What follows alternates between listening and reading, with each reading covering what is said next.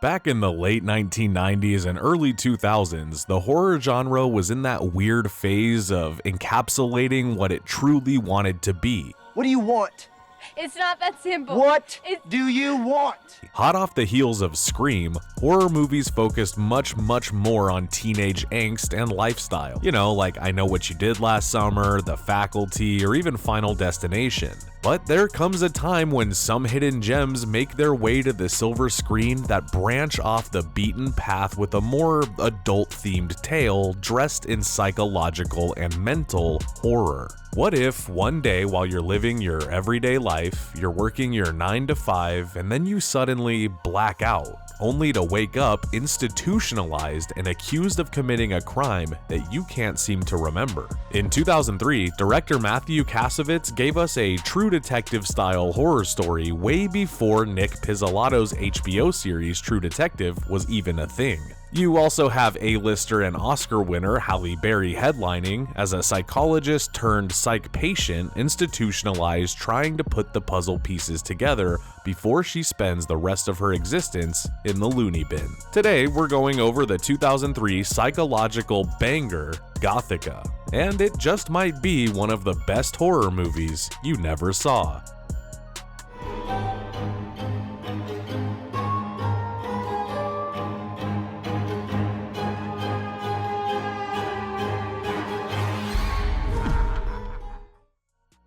Gothika is the fourth produced movie in the Dark Castle Entertainment Chamber. Dark Castle Entertainment had a string of pretty good to great films during the early 2000s, most notably starting in 1999 with William Malone's House on Haunted Hill.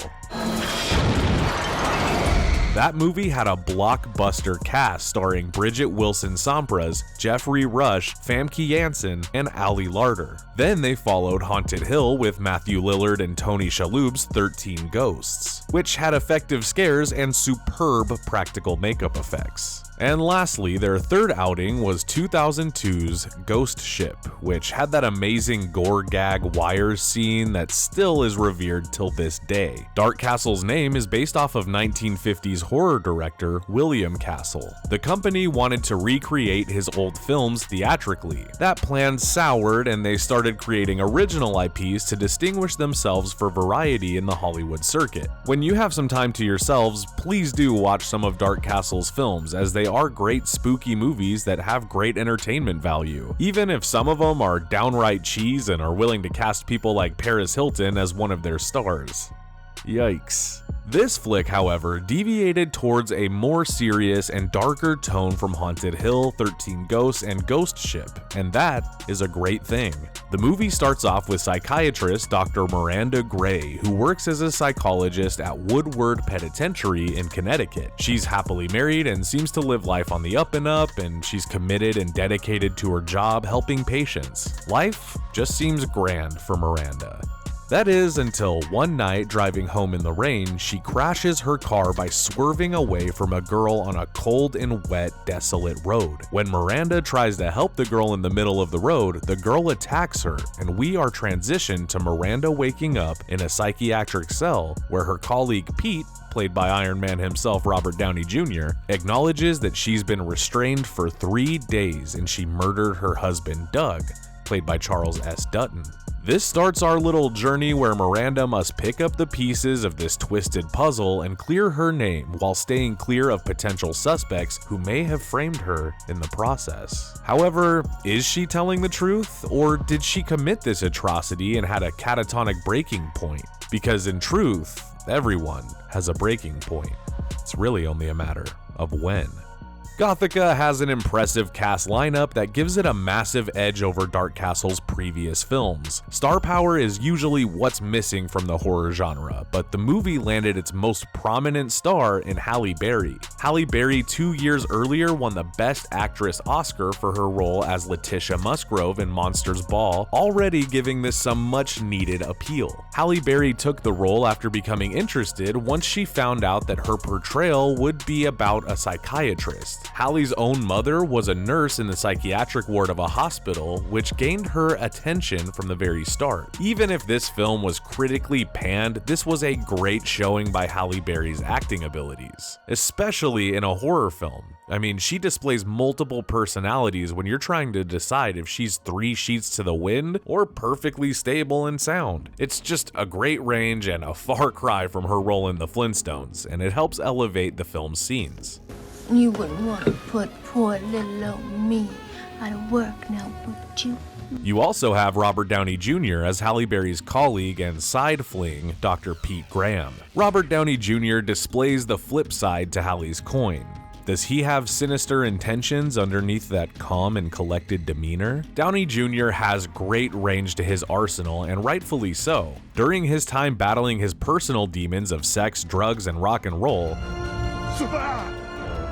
or I guess just drugs, he was still one of those actors making his way up the ranks in the Hollywood circuit and demonstrated superb acting abilities with movies like Natural Born Killers, U.S. Marshals, and In Dreams. The film also includes some great supporting actors like Charles S. Dutton, who already has some horror roots to his name. You may remember him from Guillermo del Toro's Mimic. You also have Oscar-winning actress Penelope Cruz as a psych inmate named Chloe, who plays an integral part in the entire story. And lastly, John Carroll Lynch, who plays local town sheriff Officer Ryan. John Carroll Lynch is no stranger to horror as well. He was Twisty the Clown in American Horror Story Freak Show. He also acted alongside Robert Downey Jr. in David Fincher's Zodiac and lent his acting services in Martin Scorsese's Shutter Island as a deputy. What makes this film so unique is its ability to twist the themes of trust. While Halle Berry's character Miranda is a person who dedicates her life into the rehabilitating and evaluation of psych patients, it tends to flip when she's the one behind those glass doors and all her colleagues treat her as if she's the crazy one.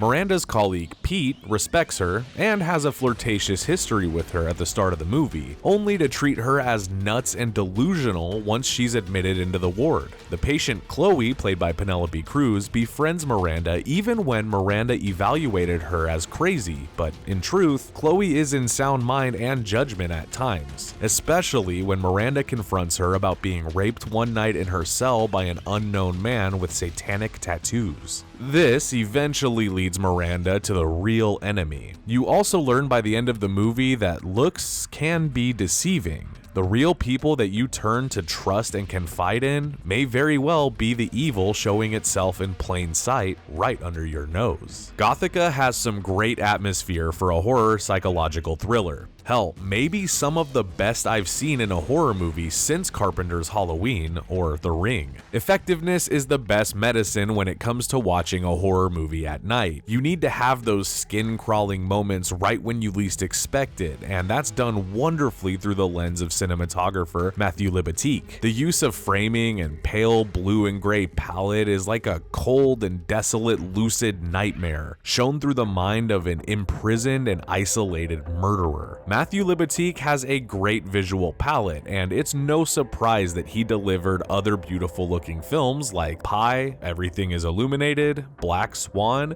and the upcoming Maestro. Mix that with film editor Yannick Kurgoat and you have yourself a vivid, bad acid trip, which keeps you on the end of your seat trying to decipher the fragmented images and sequences that show up on screen as clues, helping us to uncover it all once the climax reaches full tilt. Gothika went into production in Montreal on a budget of $40 million.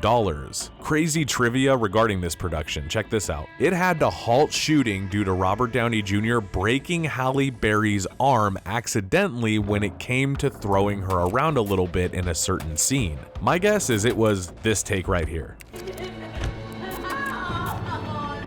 Even with the bad reputation, and we'll get to that shortly, and behind-the-scenes drama between co-stars, the movie went on to make a whopping $141 million at the box office, mostly due to Halle Berry's name being attached to it. Not bad for a horror film. The reception was bleak for Dark Castle's newest film, though. Reviews stated that it was, quote, a promising movie that falls apart, and an enigma that isn't nearly as clever as the screenwriter thinks it is, and even one that said grisly, disturbing, and extremely violent. That last reviewer obviously never saw Evil Dead Rise, just to be honest. On Rotten Tomatoes, it has a critical reception of only 14%, although in my humblest of opinions, it's slightly exaggerated. This is nowhere near as bad as it's claimed to be, and stands as an intriguing ghost story with an entwined murder mystery caper. French director Mathieu Kassovitz is also a Hollywood actor appearing in some amazing films like Jean-Pierre Jeune's Amélie, Luc Besson's The Fifth Element, and Steven Spielberg's Munich. Prior to directing Gothika, Mathieu has only directed French cinema films, making Gothika his American directorial debut. He got his acclaim when he took home the top prize of Best Director at Cannes Film Festival for his French film La Haine in 1995. Unfortunately, after directing Gothika, he directed only one more American film, Vin Diesel's Babylon AD, and decided he wanted to go back into French cinema after that. If you're looking to investigate a little deeper, it seems there was a ton of controversy surrounding Mathieu's time as a Hollywood director. He discussed the endless turmoil on both productions of Gothika and Babylon AD, which may have given him a different thought process into American filmmaking and the politics involved when it came to being on set. You can also look up his documentary on YouTube, which is about his time as a director on the set of Babylon AD. So, if you're looking for a good psychological horror flick with some pretty good frights and thrills, Gothika is one of those flicks. Although the plot may be a little far-fetched, it brings you along this dark and twisted roller coaster ride which never has any lull or drag. Its top-tier cast soak it all in every scene. Although there are very big similarities between this and a little movie called What Lies Beneath, starring Harrison Ford and Michelle Pfeiffer, it doesn't take you away from the experience that Gothika has to offer. In honesty, we need more star-studded horrors. Every now and then we get them, like Jamie Lee Curtis's reprisal in Halloween 2018, or Joaquin Phoenix taking a jump into the deep end of Ari Aster's Beau is Afraid, or Toni Collette's lead role in Hereditary. We just need more. It shows some much needed depth within the genre and the projects these A-listers will choose. It also creates more hype and anticipation that horror fans like me can root and rejoice for. But I assure you, if you want to kill some time either alone or with a family member, friend, or loved one, check out this film. It definitely is sure to leave you with some lasting impressions. Take that as you will.